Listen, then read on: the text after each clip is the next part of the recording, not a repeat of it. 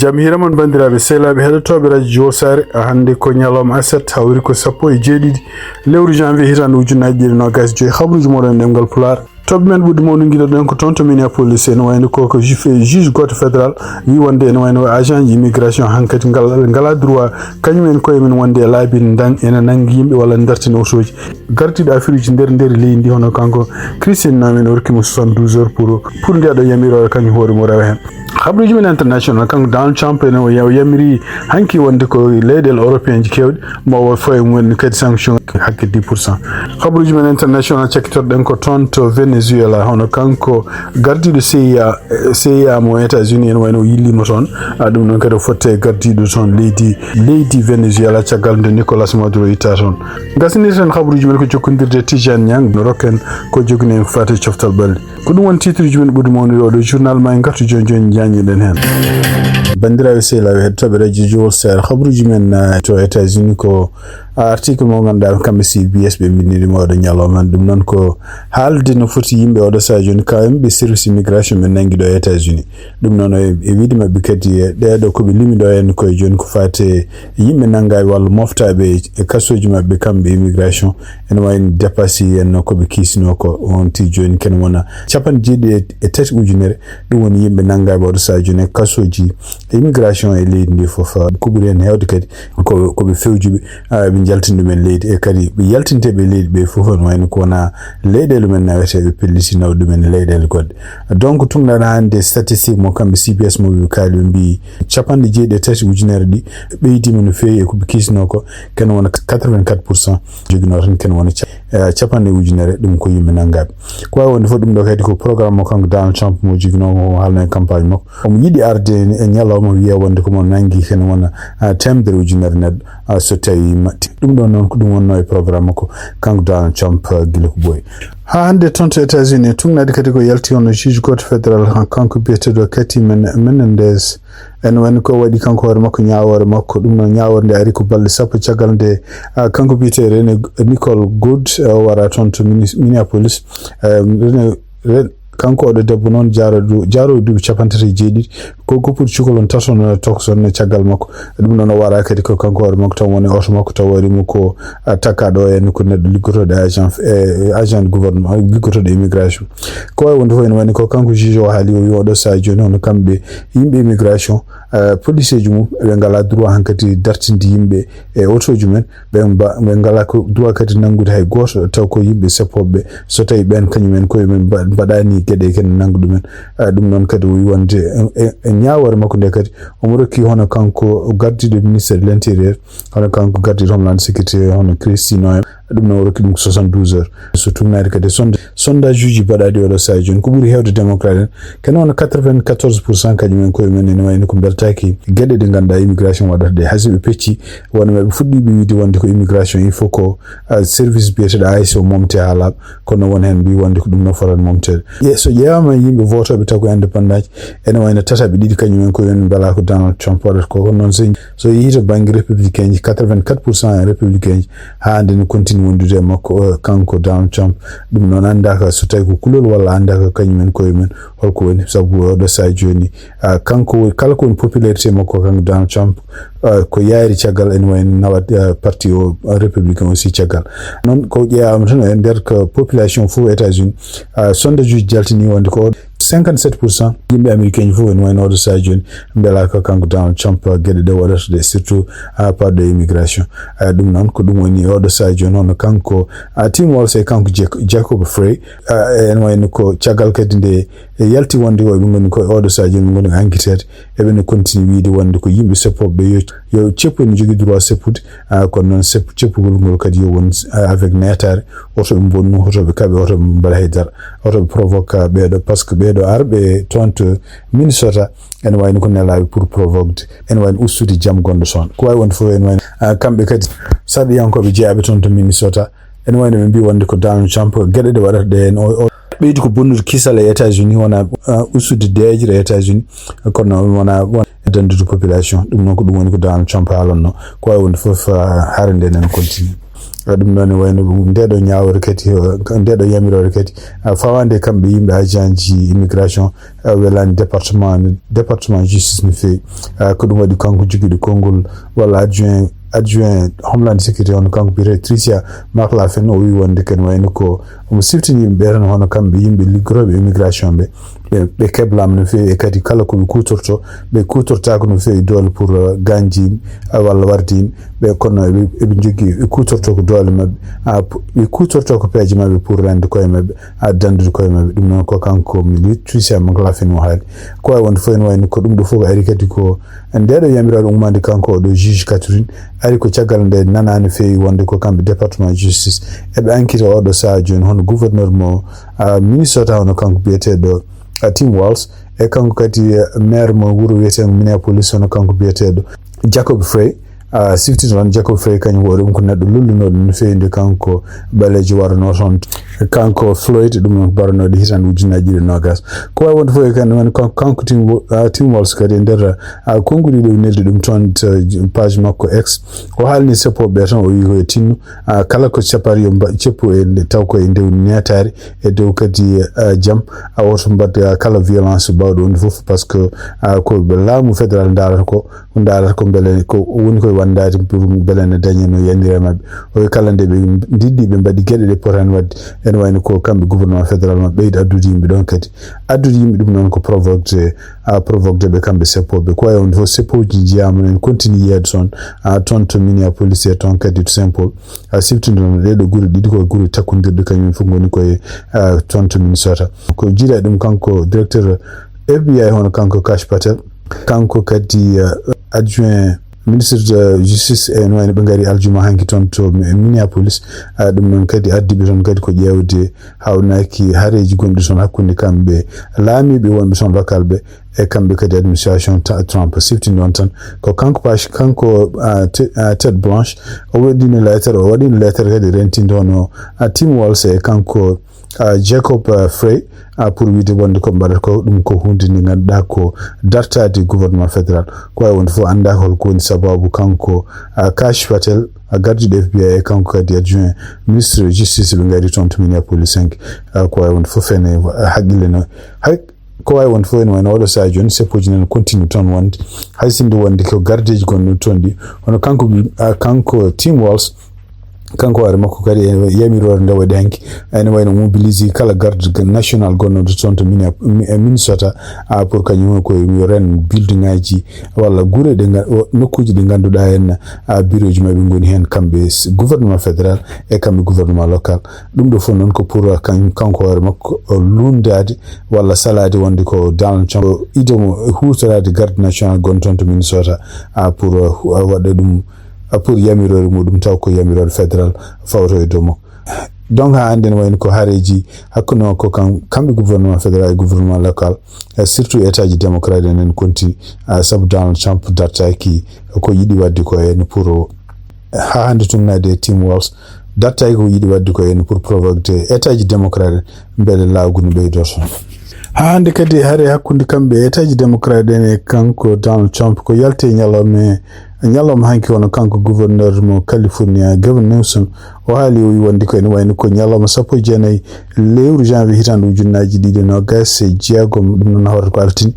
mo yamiri wonde ko parkuji national gonɗi toon to California fof yimɓe fof mbawi poti yaltude oɗo nyalom par ce que oɗo nyalom kadi hawrata ko manditare hono Martin Luther King ɗum noon ko nyalom mo ganduɗa hen kanko Donald Trump o ittini ɗum rawani o wi wonde oɗo nyalom ken wayno watti ɗum ñande 1 juin ɗum noon oɗo nyalom 1 juin o anniversaire makko kanko Donald Trump ɗum noon wayni ko wawi wonde fof ɗum ɗo kadi holli ko wonde ko kanko gouverneur Newsom woni koye dartade mo wiide wonde ko annonce mo waɗi hanki wiide wonde ko américain ji fof ne poti yaltude oɗo ñalawma américain ji noon wonɓe Californie ene poti yaltude gona e nature kañum horo miijo e konngudi makko kanko Martin Luther King e miijo kadi gueɗe ɗe mbawa miijade kadi kanko ko hoore makko holko ndone makko e kadi mbawa continude kadi mbawa kadi jogade pellisal e continude kala ko kala ko haɓanteno ko fate haqqeji namade walla haqqeji yimɓe fof ɗum kadi ko kanko gouverneur Gavin Newsom haali ɗum donc sifti noon tan ɗum ɗo oɗo annonce kadi ari ko pour tan kanko hoore makko Gavin Newsom dartade mo kanko Donald Trump sabu Donald Trump ko guittunoɗo oɗo ñalawma mo ganduɗa kanko Martin Luther King ko ñalawma makko oɗo ñalawma kadi ko ganduno ko ɓooyi pour wiide ko ñanden ferte pour wiide ɗum kanko Donald Trump watti ɗum ni o watti ɗum ñalawma kawruɗo e anniversaire makko ñande 14 lewru juin e oɗon ñalawma ñande anniversaire makko nde kanko Donald Trump o wino wonde ko parc uji nationaux ji gonɗi ɗo e États-Unis fof yimɓe ne mbawi arde jillo hen Gavin Newsom kañum hoore mum wayli ka ɗum haala wi ñalawma Martin Luther King ko keddoto koko continde wonde ñande 19 lewru janvier kala parc uji gonɗi toon to Californie yimɓe ne mbawi arde tawa hay goto yoɓata e mbuɗu cektoɗen kabaruji men ha hande ko toon to Minnesota e ɗum nane toon émission jaltuɗo toon to CNN hono kanko journaliste CNN biyeteɗo Kathleen Collin wawino fottude debbo goto biyeteɗo Eli Honing noon kañum hoore meeɗi wonde prosecuteur taw ko fédéral meeɗi kañum hoore wonde prosecuteur taw ko mo état ene wayno o namdiɓe ɗum ko fate Donald Trump walla département justice oɗo saha joni ko porti plainte on kanko gouverneur mo Minnesota Tim Walz e kanko kadi maire mo wuro Minneapolis no biyeteɗo Jacob Frey pour wiide wonde ko kañum hen koye mum ne wayno dartima jamiroje laamu walla jamiroje ñawoje ɗum noon e wiide makko kadi o wi wonde ko kanko Eli Honing e wiide makko kadi o wi wonde ko département justice en perdi haqqille mum o perdi kala ko poɗɗo wawde miijoto pour portude plainte ɓeɗo en ɗum noon ɓe kanko hoore makko nodduno o invite no ko émission biyeteɗo source o so tawi a dañi yimɓe ɓe ganduɗa hohoɓe liggotoɓe e laamu ene kaala haala politique hayso ko ɗiɗon haaluji ne mbawi murtinde yimɓe ha mbatta seppude walla ha kañumen mbatta noddude 911 ɗum noon 911 ko téléphone aji pour noddude saɗiɗi walla less o wi ɗum ɗo fof wona dartade ko wiyete justice wona ko wiyete obstruction ɗum o wi ɗum noon so tawi a porti plainte ɓeɗo hohoɓe a wi wonde ko dartimi justice sibaɓe mbaɗi ko mbaɗi ko wayi ɗum ɗon en wayno ko an hoore ma a jogorani gagnade ndeɗo ñawore ɗum noon ko kanko ɗo Eli Honing no alɗum Eli Honing noon tumnade hande ko anda kanko hoore makko ko procureur wonno kadi o liggima e gouvernement fédéral e gouvernement état kabaruji e ɗemgal Pulaar e radio Jawol Sare bandiraɓe sehlaɓe heddotoɓe radio Jawol Sare habaruji men international guiɗoɗen ko toon to Greenland ɗum noon hakkude kanko Donald Trump e ndeɗo tufde wonde toon to Greenland jokkodirde e Denmark e tumnade kadi ko yalti hanke hono kanko Donald Trump o wi wonde ene wayno ko fawi oɗo saha joni ken wona 10% ɗum noon kadi ko ɓeydude frais douane ɗeɗo leyɗele oɗo saha joni ɗe jaɓani wonde ko kanko Donald Trump il faut ko soit o sooda Greenland soit kanko hoore makko hefti ɗum par force ɗeɗo leyɗele ɗe limtinoon ene jeeya hen Danemark, Norvège, Suède, France, Allemagne, Angleterre, Pays-Bas ene wonde Finland ɗeɗo leyɗele o fayi mumen 10%. ɗeɗo leyɗele noon e surtout comme communauté européenne en wayno ɗum fof ɓe jaɓani ɗum kanko Donald Trump ɓeydi hen kadi o wino donc 1er juin hitande ujunnaje ɗiɗi nogas jeegom ɗum wayno ko frais de douane ɗe mbaɗa ɗo ɓeydi 10% ɗi koko ɓeyto 25% so tawi kamɓe koye mabɓe ɗeɗo leyɗele ɗe jaɓani arde jabde wonde ko yeede ndeɗo dunde yeydeɓe kamɓe États-Unis ɗum noon e wayno ko ɗum ɗo fof noon ko kamɓe ɗum ɗo fof noon kanko Donald Trump ko ɓeydi hen o wi wonde ko jaggal duuɓi temedde ɗi ganduɗa en kamɓe Greenland eɓe jiimi e ndeɗo tumde alay saago hankadi ɓe tottitaɓe kamɓe États-Unis pour ɓe pawa hen jungo mabɓe pour beele ko fate jamma e aduna ene ɓeydo hisde wiide makko kadi o wi ko Chine e kañum e Russie goni koye ƴewde wadde peeje fof beele ene keeɓa Greenland en kefta ndeɗo dunde o wi donc ene wayno ko Danemark ala ko wawi hen ɗum waɗi donc kanko Donald Trump e wiide makko il faut o hefta ndeɗo dunde o ɓeydi hen kadi o wi wonde ko ɗiɗo menace uji noon kanko Donald Trump ɗo waɗi e pays européen je ene wayno kanko Emmanuel Macron o wi wonde ko ɗiɗo menace uji ko hunde nde fotani jaɓede kanko hoore makko jaabi e message mo ganduɗa kanko Donald Trump wi ɗo o wi wonde ko ala fof kulɓingol walla ala fof purugol bawgol banguli tuti haqqillaji mabbe kambe leydel Europe tonto Ukraine walla tonto Greenland e aduna wofto way wonde fof en wayno ko kambe européen be mbaytaydo fo en wayno ko didon ala fo ko rutinta be gede de mbadoda en menace walla intimidation kanko Emmanuel Macron kadi o beyti hen o wonde ko dido menace pour beydude le frais de douane hakkunde produit mabbe moto tonto Europe fa tonto États-Unis o dum non kunde ne fotani jabede o wonde ko européen kanyum ko ma jabto façon men e kadi jabto men ko kanyum fo ko nandirta pour no jabtorto be kambe États-Unis kambe Union européenne non en wayno odo sa joni be dentini en wonde ko odo sa joni gede de no jarani ko hunde de jogoran mojjude ko sifti non tan non kambe Union européenne e kambe otan en wayno be dentini odo sa joni gede kabirde kewde be neldi dum tonto taaradi de do dundi wonde tonto de do dundi wesen Greenland e dum do fof non ko hulde wonde ko kambe États-Unis odo sa joni e be jidi yande son président conseil européen biete Antonio Costa e kanko kadi président commission européenne hono biete Ursula von der Leyen en wayno kambe bi wonde ko frais de douane beydete wal gusirede dum do bonatan ko jokkondiral gongal hakkunde kambe leydele Europe e leydele aduna fof e dum do kadi no way wondude risque wonda en burdo hulbinaade bonnude ngal do jokkondiral ko way wonde fo en wayno ko kambe beedo ko ay woni fo en wani ko kanko président conseil européen kanko kadi gardiɗo commission européenne oɗo sajine ɓe dentini leydel Europe e leydel Amérique fof yo mbawa haaldude taw ɗe wona ɗiɗo menace uji gato États-Unis ko ɓuri hewde sardiyankoɓe ɗum noon ko démocrate en fof e républicain ji wonen en oɗo sajine continue dartademo kanko Donald Trump e wiide wonde surtout ma hutoro dole pour yenoyde sonto heptoyde sonto Greenland ko e won fof andaka taw holno dum jogor waati kon non kanko Donald Trump mo continue halde dido haaluji dum non kadi ko pour alay sago be kefta Greenland o neldi ton délégation goddo kadi uminoma ton to Greenland arin ton to Washington kon non e wayno ko jokkondiral mabbe kambe délégation mo Greenland o ene wayno be dirtani position mo be ngoni pour le moment kambe be jida wonde en jimande États-Unis be jidi hadda to ngonodo tonto Venezuela e tumnade kadi ko winda ton journal biyeteɗo The Guardian ono kanko garduɗo CIA ono kanko biyeteɗo John Ratcliffe en wono yettima toon to Caracas ɗum noon jillu makko toon kadi ko wawde jokkodirde laamiɗo toon ono kanko Delcy Rodriguez siftinde on tan ko kanko gardiɗo CIA kanko hoore makko mo tuuma wonde ko yimɓe makko jeeya e yimɓe nannoɓe toon to Venezuela mbawi kañum koye men wawi funtude on yimɓe sécurité wonɓe toon rennoɓe kanko Nicolas Maduro kono jettugol makko toon ari toon ko caggal kadi nde kamɓe Donald Trump laamu makko ne holli oɗo saa joni yidde jokkodirde walla yidde waddude liggodade kanko gardiɗo toon leydi hono Delcy Rodriguez ɗum noon haysinde wonde ko goto yimɓe lundinoɓe laamu kanko Nicolas Maduro hono kanko Maria Corina Machado siftinde on tan kaɗanoɗo wonde candidat kono ene wayno ko ƴeftuɗo candidat goɗɗo oɗo saa joni corniɗo toon to Espagne ene wayno ko kanko Maria Corina e nder konngudi ɗo haali caggal nde o ari toon to Maison Blanche e ñaane aljuma ɓen ɗo o rokki hono Donald Trump jeenari nde hebno pour wonde prix Nobel de la paix o wi wonde ene wayno ko hawnaki woteji garoji ɗi ko kanko jogori wonde président debbo meɗɗo suɓede toon to Venezuela kono noon wayno ko on famamo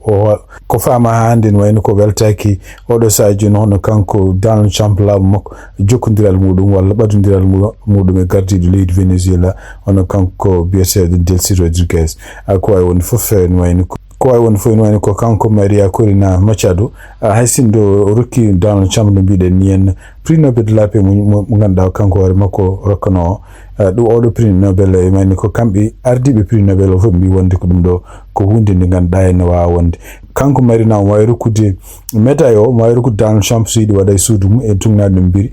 kono mbi wonde ko inde waɗande hende inde teddinaɗo ene rokka oɗo prix Nobel o ene wayno ko kañum hoore mum ko kanko tan heɗoto ɗon ɗum ɗo fof ko gueɗe ɗe ganduɗa kanko Marina kadi ko gueɗe ɗe ganduɗa jeeyaɗo corruption ɗi wonno pour funtude Donald Trump walla kam influence ɗum beele ne wawa rokkudemo forsude ittude gonɗo toon gardiɗo toon leydi Venezuela o e wattudemo toon siftinde kan ɗum ɗo fof ko anniyaji makko kanko Donald Trump ɗi jigno kono noon sibabu ni républicain kañumen komin darima contre makko mbi wonde ko e nder campagne mo ƴeftuno o wino wonde ko ala fof ɗo doganta waylude ardiɓe leydi janandi ene wayno ko kanko Donald Trump fuɗi wonde rekkilde oɗo saa joni e caggal kadi nde wi yimɓe heewɓe militaire ji gonɗi toon walla yimɓe mi wiyeteɓe paramilitaire ji wonɓe toon fuɗɗiɓe ñaññide oɗo saha joni e continue kadi wiide wonde ko alay sago kanko Nicolas Maduro artire e alay sago kadi kañumen koye men jogo indépendance leydi men. Khabruji toon to Palestine e tunnade kadi ko yalti journal biyeteɗo de Guardian ha hande hono kanko Donald Trump e wayno o suɓima commission ɓeɗo ko wiidi winde ko yimɓe ardotoɓe pour ko falde kaldigal beele jamne dañe toon to haare wonde hakkude kamɓe Israël e kamɓe kadi Palestine walla kamɓe Hamas. ɗum noon tunnade commission mo ƴefti ene jeeya hen yimɓe ardiɓe e ɗeɗo leyɗele hono kanko gardiɗo leydi Turquie hono Recep Tayyip Erdogan, kanko gardiɗo leydi Égypte hono Abdel Fattah El Sisi, kanko kadi menaɗo monde premier ministre mo Angleterre hono Tony Blair, président mo Argentine hono biyeteɗo Javier Milei. ɗum ɗon noon eno jeeya ɓeɗon kadi yimɓe waɗɓe kadi ko ganduɗa kanko Donald Trump mo addi ɗumen mo ɓeydi ɗumen e groupe he hono kanko ministre affaires étrangères mo États-Unis hono Marco Rubio ene jeeya kadi mo ɓeydi hen hono kanko Donald Trump hono envoyé makko spécial biyeteɓe Steve Witkoff e si ko biyeteɗo Jared Kushner. ɓeɗo fof ne jeeya e oɗo goum ko andaka tan ha hande oɗo saha hono kanko ko mawɗo Turquie e kanko mawɗo Égypte ene wayno ɓe jaabaki taw pour oɗo invitation ko wawi wonde fof tugnade hande konguɗi gommidi toon to Israël hono kanko premier ministre mo Israël Benjamin Netanyahu o wi o welaka oɗo commission saabu e nder konguɗi ɗe o rumtini kadi walla ɗe o yamiri hono ministre makko des affaires étrangères o wi wonde ko alay sago yo jokkodire e Marco Rubio ko yacci wonde ko famno ɗumen wonde ko oɗo commission mo kanko Donald Trump mo ƴefti o tawi kadi ko kanko ardi ɗum won yimɓe wonɓe hen potani wonde hen ɗum noon andaka taw holɓe no yimɓe haalata kono en tuma wonde ko kanko Benjamin Netanyahu e wayno o miijoto tan ko wayno gardiɗo leydi Turquie o gardiɗo leydi Argentine ɓeɗo ko yimɓe ɓe ganduɗa beltani makko ko wawi wonde foof kanko Donald Trump ɗum ɗo ko plan mo mbiyata toɓɓe nogas mo waɗi pour jamno dañirta toon to Palestine. kono noon e wayno ko gila cessez-le-feu waɗa toon octobre hitande ujunnaji ɗiɗi nogas e joyyi kamɓe Israël en wayno ɓe dartinani hande pellugol mabɓe walla bombardugol mabɓe tuggi tan e wayno ko oɗon saaha ɗo jartini ɗo kene wiiya 160 Palestine naji mbarama toon taw ko kamɓe Israël continue e bomba nokkuji ɗum woni e kadi oɗo saaha joni ɓe continue ha hande wadde blocus ñamde e kala safaruji mbawa nadde to Palestine ɓe goni kamɓe Israël eɓe continue wadde ɗiɗon sanction ngaji contre Palestine naɓe. bandiraɓe sehlaɓe heɗotoɓe radio Jowol Sare ma en jokkodiri joni Tidiane Niang bisimilla ma e coftal balɗe. gadorɗen kabaruji men cofsal ɓalli leydi Mauritanie yencudi championnat Ouagadougou hitande ujunnaji ɗe nogas joyyi hitande ujunnaji ɗe nogas jeegom 6e journée kippu Tessay kañum heeɓi polgue yesso kippu jogon trou logui ɗiɗi logol gotol Gori kañum heeɓi fartange yesso kippu Toulel logui tati ndiga Gorlak kañum heeɓi polgue yesso kippu Williams logui ɗiɗi logol gotol Hassi Sagar kañum heeɓi fartange yesso kippu Coumba Ndaw logui ɗiɗi logol gotol kippu Sabou Siré kañum heeɓi fartange yesso kippu Salk taw ko logui ɗiɗi logol gotol Bouanza kañum heewdirno kippu Darfor potel ngal wawi gasey ko ɗeki 0-0 Diadji Binne kañum heeɓi polgue yesso kippu Bulli taw ko logui ɗiɗi logol gotol kippu Awoynit kañum heeɓi fartange yesso kippu Diyala logui joyi e logol gotol potel sakket hakkunde kippu Kumbu kañum wawi heɓde polgue yesso kippu Baydiane taw ko logui nayyi ndiga ñalawma janggo alet jaaɓi ha tirdi coupe d'Afrique Maroc hitande ujunnaji ɗe nogas e joyyi so woni 19h GMT Maroc ma hiwdira kippu Sénégal e ndiɗon mbaɗɗo e lamorgo leydi Mauritanie to legal 5e hakkunde garage Mali e garage Sénégal ne waɗi fan zone ko fate supporteur uji équipe nationale mo leydi Sénégal hay amateur uji coftal ɓalli ne mbawi ar toon gam yebde ngal ɗo pottital sanga waktuji 19 hakkunde kippu Maroc e kippu Sénégal kihiɗe hande waɗi 3e place ko Nigeria wawi nawde oɗo 3e place yesso kippu Égypte potel ngal wawno gasir ko ɗekki 0-0 tuma nde pay faw petta ko kippu Nigeria wawi heɓde polgu logui nayyi logui ɗiɗi championnat mo leydi France Ligue 1 Toulouse kañum samti kippu Nice logui joyi logol gotol Lens kañum heeɓi fartange yesso kippu Auxerre taw ko logol gotol e ndiga championnat mo leydi Angleterre pottitte ñalawma hande Nottingham Forest kañum jaɓino kippu Arsenal potel ngal wawi gasiri ko ɗekki 0-0 Leeds United kañum heeɓi fartange yesso kippu Fulham logol gotol e ndiga West Ham kañum yeehe nder terre Tottenham fiɗum logui ɗiɗi logol gotol Chelsea kañum heeɓi polgue yesso kippu Brentford logui ɗiɗi e ndiga Sunderland kañum heeɓi fartange yesso kippu Crystal Palace logui ɗiɗi logol gotol Liverpool kañum jaɓino kippu Burnley potel ngal wawi gasiri ko ɗekki 1 partout Manchester United kañum samti kippu Manchester City taw ko logui ɗiɗi e ndiga championnat mo leydi Espagne ñalawma hande Real Madrid kañum hiwdirno kippu Levante ko Real Madrid wawi hebde polgu loggi ɗiɗi e ndigam kippu Mallorca kañum heeɓi polgue yesso kippu Athletic Club Bilbao taw ko loggi tati e loggi ɗiɗi championnat mo leydi Allemagne pottitte ñalawma hande Bayern Dominique kañum yeehe nder terre kippu RB Leipzig fi ɗum loggi joyi e loggol gotol